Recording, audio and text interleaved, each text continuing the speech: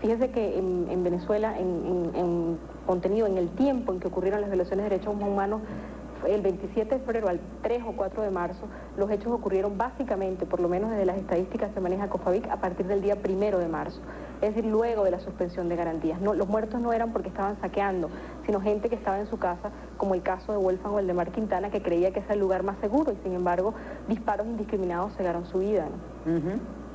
Parece que se disparara también el resentimiento entonces.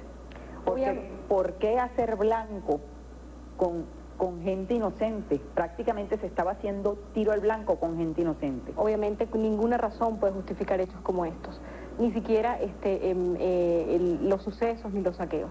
Realmente el control del Estado tiene que estar bajo un marco de referencia, y ese marco de referencia son los derechos humanos. Ningún Estado puede, bajo ninguna circunstancia alegada, privar de derechos humanos a las personas que viven allí para controlar ninguna situación posible. De allí que estos desmanes y estos desafueros que ocurrieron evidencian que un mal manejo, un uso desproporcional de la fuerza injustificable en cualquier circunstancia. Y usted dice que estas denuncias han llegado a todos los organismos internacionales que pudiesen tener que ver con estos hechos. COFAVIC ha denunciado estos casos, 45 casos con distintos supuestos ante la Comisión Interamericana de Derechos Humanos, alegando retardo injustificado. Hay que establecer que los casos ocurrieron hace 9 años y que realmente Matilde perdió su pierna hace 9 años o que el hermano de Aura está desaparecido hace 9 años. Pero la violación del derecho a la justicia que tienen los familiares es una violación actual. Y sigue siendo, digamos, un problema del presente, pero como ha insistido COFAVIC, es un problema del futuro. La impunidad es un asunto que traspasa a los familiares de las víctimas para ser un problema del país. Ajá. ¿Y por qué se encuentra todavía en etapa sumarial este asunto? ¿Cómo es posible que vamos a hablar de 9 años, 10 años casi en etapa sumarial?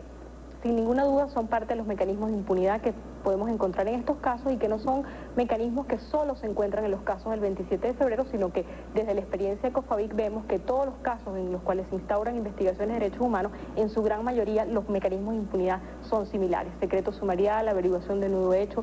Días subsiguientes.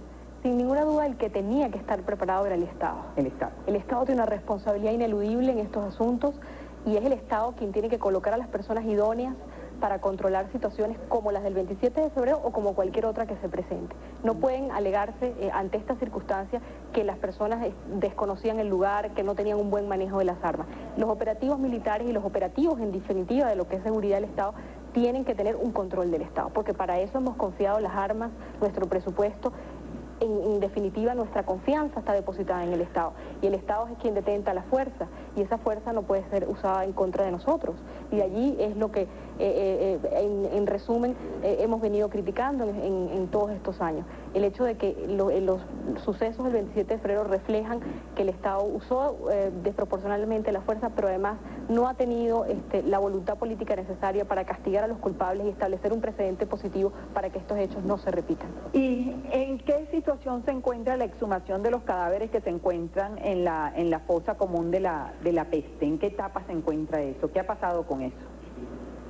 Prácticamente el caso de las fosas comunes tiene el mismo patrón de los casos del 89.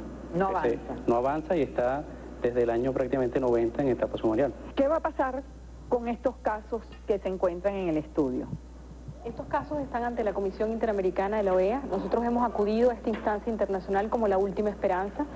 Nosotros consideramos que por toda la evidencia disponible y por el seguimiento que se le ha dado a estos casos, la Comisión en los próximos meses o finales de este año debería decidir pasar los casos a la Corte Interamericana de Derechos Humanos y que sea la Corte quien decida sobre la responsabilidad internacional del Estado venezolano en esta materia. En otras palabras, como somos incapaces de hacer justicia por nosotros mismos, vamos a ser juzgados desde afuera. Es lamentable, y para COFAVIC lo es, el haber enviado los casos a una instancia internacional, pero también el hecho de que haya justicia es demasiado importante para el futuro de este país. Y si es la Comisión Interamericana y la Corte quienes van a tener la última palabra, pues esa es nuestra última esperanza.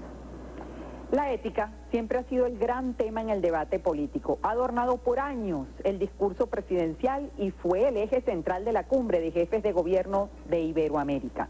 Yo me pregunto, ¿no debe existir coherencia entre el discurso y las realizaciones? ¿Qué pasa con la ética del Estado venezolano?